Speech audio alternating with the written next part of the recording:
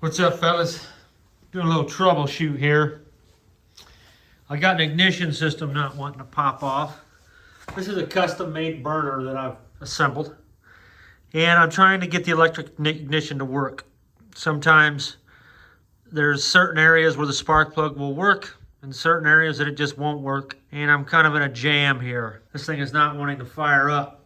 So we're going to take a look at it and see what I can come up with to solve this problem. I think I know what I have to do. So I think the spark's just too small. I think I just need to increase the gap on the spark plug, and that would probably solve a lot of the problems. But it does not like that spark plug. It could care less that it's in there, so let's check it out. I also have a normally closed relay connected to it, so when power is turned on, the spark and the fuel is supposed to turn on simultaneously and ignite, but that's not what's happening here. Okay, lit that time. It's making a liar out of me. See that? That is not cool. That's called an explosion right there. This thing's going to be shooting down a fire tube that's going to be heating a tar tank. I certainly don't want any explosions, so we need absolute ignition every time. And nothing.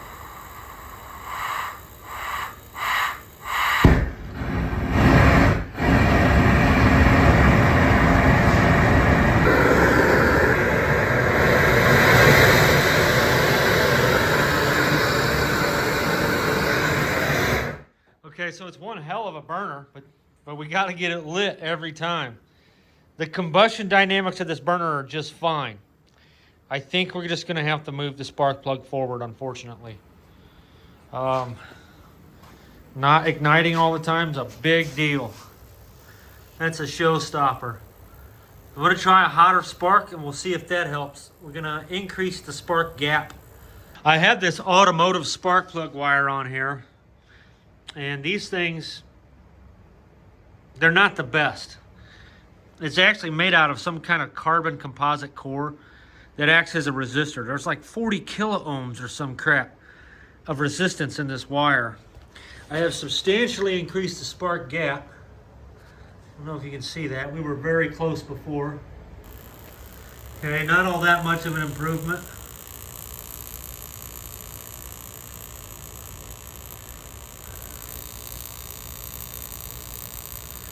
So, power's on, valve is open, and heel. Ooh, it lit right up that time. I'll be damned.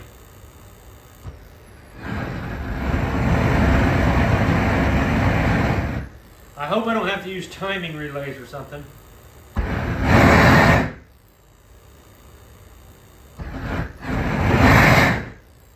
Nice. Could it be that simple? There's no way I'm this lucky, dude. I'm not buying it. I don't buy it for 1 second that it was that easy. No way, dude. No freaking way. You're kidding me. Okay, we're going to try something else here. I'm going to open the gas. Let's say that's the fireball we want. Power's off, the valve is closed.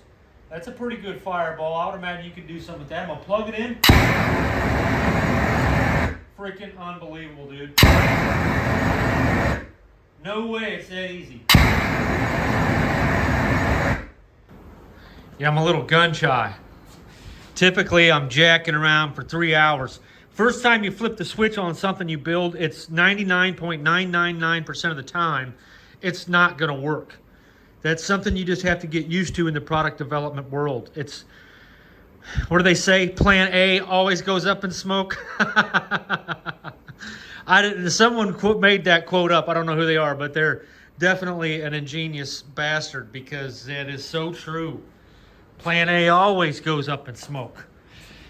I've never had Plan B work. What are you talking about? But that's why I'm kind of freaked out now because Plan B is working. I made all I did was increase the gap on that spark plug like by a factor of 10. I'm just plugging in a plug over here that's connected to the transformer and to the normally closed relay. And this plug is going to be triggered by a solid state relay connected to a PID temperature controller. So when the tar hits 300 degrees, bam, you're done.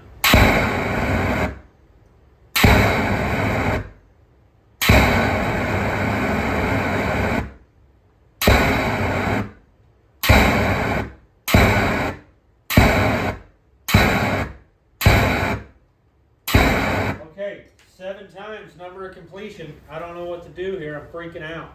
All right, it turns out these things don't record if you don't hit the record button.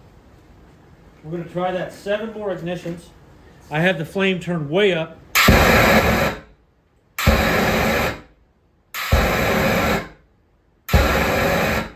We'll just let it run, and we'll see how hot that spark plug gets. I don't think they would want to use that much heat. I really don't. I feel like that's too much. I feel like you would be cracking the tar if you did that. Like, I feel like it needs maybe a little bit less. If any of you guys have any experience with tar trucks, if you've ever seen those flames in operation, I feel like that's just too much power what we're looking at right there. But for the sake of experimentation, let's go ahead and go for it here.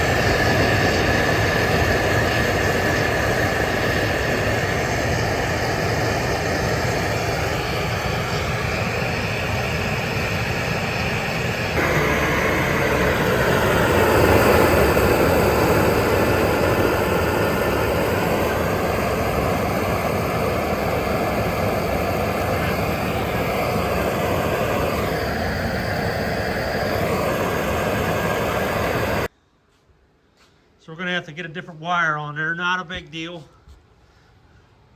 This thing got a little hot. The transformer is not hot at all. Well, there's a little warmth in there, you know, showing that it's been on. I did just definitely nuke the end of that thing by pulling it off there the way I did. It kind of fell off of there.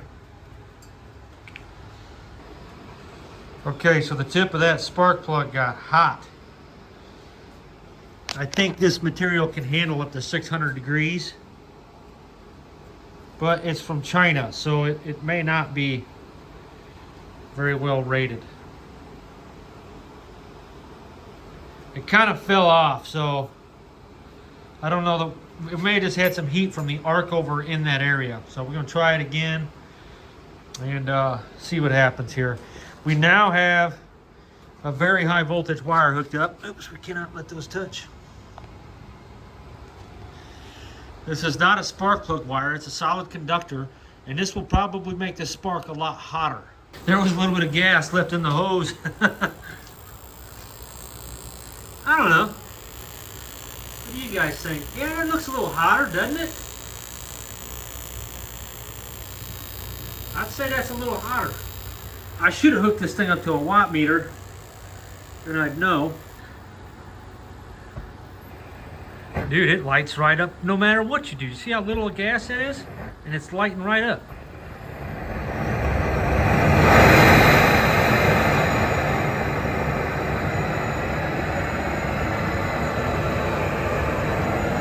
I just don't know that that's enough power for what this guy needs, though, and I don't want to test it at that.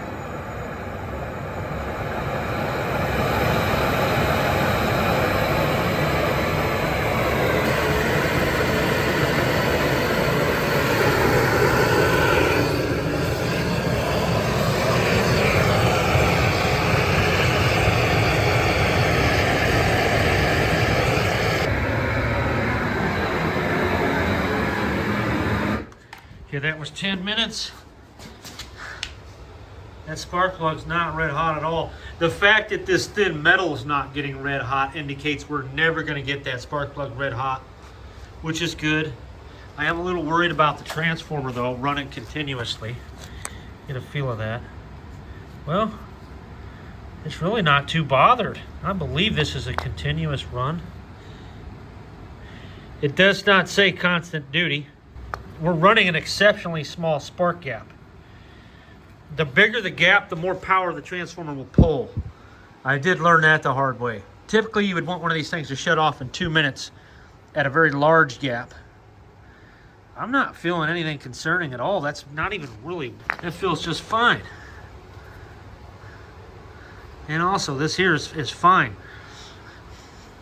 Even without an H-class insulator, I mean, if you can touch it, you're doing okay. If you can smell it, you're in trouble. See how the hardware's going there. The tank the guy sent me a picture of, it looks like a 1,000-gallon pull-behind trailer. I don't know how long it would take to heat up 1,000 gallons of tar to 300 degrees. We need to hit 300 degrees. This is a little bit different than water, though. Water and tar most likely don't have the same heat capacity. Here we go, check it out, guys. The heat capacity of asphalt's only 0.920, and water is 4.1813. So it's drastically different. So it's not the same heat up process.